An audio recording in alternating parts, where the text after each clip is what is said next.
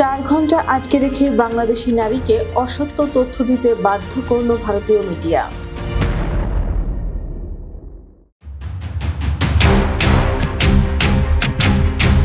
ভারতে চিকিৎসা নিতে যাওয়া নড়াইলের আরও এক নারীকে ভয়ভীতি দেখিয়ে বাংলাদেশের সংখ্যালঘু নির্যাতনের অসত্য তথ্য দিতে বাধ্য করা হয়েছে দেশটির গণমাধ্যমে। ওই নারী ভিডিও বার্তায় অভিযোগ করেন তাকে কয়েক ঘন্টা আটকে রেখে এ ধরনের বক্তব্য দিতে বাধ্য করা হয়। স্থানীয়দের দাবি, এলাকায় দুই সম্প্রদায়ের মানুষের মাঝে কোনো বিভেদ নেই।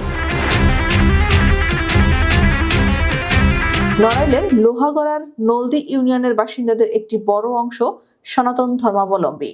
এখানে হিন্দু মুসলিম সম্প্রীতি দীর্ঘদিনের সম্প্রীতি ভারতীয় গণমাধ্যমে সেদেশে যাওয়া স্থানীয় সাবেক ইউপি সদস্য ঊষা রানী রায়ের একটি বক্তব্য প্রচার হয়, যা নিয়ে শুরু হয় নানান আলোচনা সমালোচনা। ভারতীয় গণমাধ্যমে দেয়া বক্তব্যে তিনি বলেছিলেন, মাগুরার দিকে দোকান খুলতে পারতেছে না, লুটপাট করে নিয়ে গেছে। তবে পরিবার জানায় চিকিৎসার জন্য গত 7 ডিসেম্বর ভারতে যান ঊষা রানী। সেখানে তাকে 4 ঘন্টা আটকে রেখে ভয়ভীতি দেখিয়ে বাংলাদেশে হিন্দু নির্যাতন নিয়ে গণমাধ্যমে অসত্য তথ্য দিতে বাধ্য করা হয়।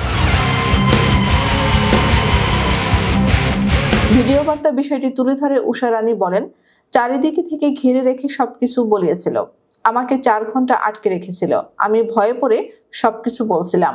ঊষা রানী রায়ের স্বামী সুভাষ রায় বলেন, এক সাক্ষাৎকারে সম্পূর্ণ ভুল তথ্য দিয়েছে। আমরা খুব সম্মানের সাথে সব সম্প্রদায়ের মানুষ এখানে বসবাস করি। এছাড়াও আমরা হিন্দু মুসলমান সবাই একসঙ্গে থাকি। সনাতন ধর্মের এক নারী বলেন, আমরা খুব শান্তিতে আছি, আমরা সুন্দর পরিবেশে পূজা অর্চনা করছে। নড়াইল জেলার লোহাগড়া উপজেলার নলদি ইউনিয়নের চেয়ারম্যান আবুল কালাম আজাদ বলেন, আমি এখানকার 30 বছরের চেয়ারম্যান, কারো বাড়ি অত্যাচার হয়েছে বলে এমন কোনো প্রমাণ নেই।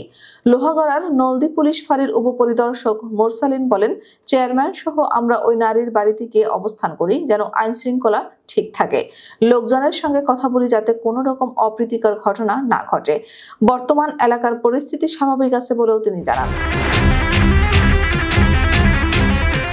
এর আগে বর্ডার থেকে ভারতে ঢুকতেই পাসপোর্ট কেড়ে নিয়ে বাংলাদেশে হিন্দু নির্যাতনের মন করা কাহিনী বলাতে বাধ্য করেছে ভারতীয় প্রচার মাধ্যমের প্রতিবেদকরা।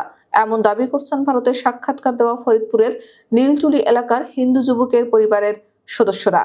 এমন ঘটনায় বিস্মিত ফরিদপুরে বসবাসকারী তার বাবা মা ও স্থানীয় হিন্দু সম্প্রদায়ের মানুষেরা। পট পরিবর্তনের পর স্থানীয়রা এমন কোনো ঘটনার সত্যতা না দেখায় ওই যুবকের দেওয়া বক্তব্য সম্পূর্ণ মিথ্যা ও ভিত্তিহীন বলে ভর্ৎসনা করে। ফরিদপুরে এমন কোনো ঘটনা ঘটেনি উল্লেখ করে তার শাস্তির দাবি জানিয়েছেন নিজ সম্প্রদায়ের লোকেরা। ওই যুবকের বাবা সুনীল কর্মকার জানান, গত রোববার ভারতে চিকিৎসার জন্য যাওয়ার সময় বেনাপোল বর্ডার পার হওয়ার পর তার ছেলের পাসপোর্ট দেখার কথা বলে নিয়ে নেয়। তারপর দেশের পরিস্থিতি এমন বলে সাক্ষাৎকার নেয়। ছেলের এই মিথ্যাচারে হতবাক হয়েছেন তিনি ও তার পরিবার। সকলের কাছে ক্ষমা প্রার্থনা করে দাবি করে শুভ্রর বাবা সুনীল কর্মকার বলেন, পাসপোর্ট কেড়ে নিয়ে ছেলেকে এসব বলতে বাধ্য করেছে ওই লোকগুলো। নির্যাতন নিপীড়ন নিয়ে ছেলে যা বলেছে তাদের পরিবারে ও এলাকায় এমন কিছুই ঘটেনি বলে উল্লেখ করেন শুভ্রর বাবা, বরং হিন্দু মুসলিম সবার মিলেমিশে বসবাস করার কথা বলেন তিনি।